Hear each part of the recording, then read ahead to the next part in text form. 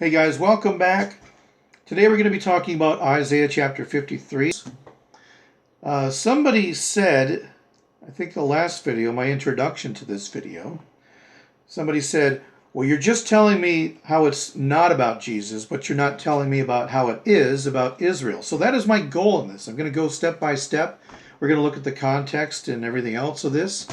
And you can believe whatever you want. Now, if you've read the book of Isaiah up to this point and you're familiar with who Isaiah is, when Isaiah was, if you already know the background, the backdrop of this whole thing, it makes a little more sense, especially when you read it in order.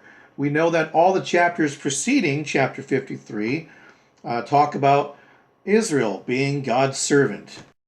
But before we get to the very first verse in 53, it's important to look at the last three verses of the previous chapter.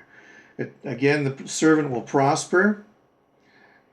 People were appalled at him.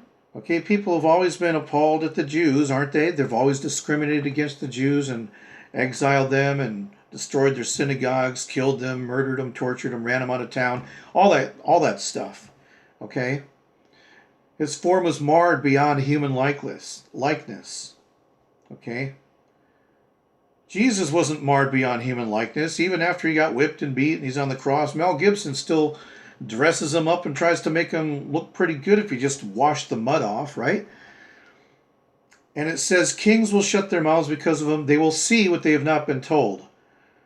Okay, they're going to see and recognize Israel as God's servant without having anybody come to their door. Okay, so this is not about Jesus. And then what does the next verse say in this context? Verse 1, who has believed our message? And to whom has the arm of the Lord been revealed? Okay, to Israel and to his servants. Not Jesus. The first time most Christians are introduced to Isaiah is probably John chapter 12. It says, Jesus performed so many miracles or signs in their presence, and they didn't believe him. Okay? Now, the reason that they didn't believe his miracles, apparently, according to John, is because in Isaiah 53 verse 1 it says, Lord, who has believed our message? And to whom has the arm of the Lord been revealed? So they want to try to segue this into being about Jesus. Notice they don't quote the second verse, and there's probably good reason for that. We'll see in just a minute here. So they were pretty smart when they did this. They took the one verse that's kind of vague. I mean, if you didn't know anything about what you're reading, it could be about anybody.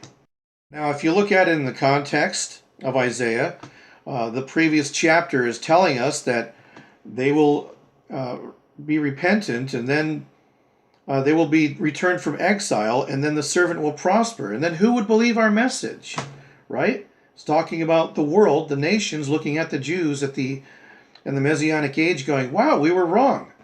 I guess the Jews really are the servant. That first verse in Isaiah chapter 53 asks the question, to whom has the arm of the Lord been revealed? Well, that's pretty easy to figure out if you've read the Bible thus far. We learn as far back in Exodus chapter 6, verse 6, I am the Lord, I will bring you out from under the yoke of the Egyptians. Okay, and redeem you with an outstretched arm with mighty acts of judgment. And then what happens about 40 years later in Deuteronomy when they recapitulate the law there? Deuteronomy chapter 4 verse 34. Has any God ever tried to take for himself one nation out of another nation with an outstretched arm by great awesome deeds? It's about Israel, not the Apostle Paul and people who believe in Paul.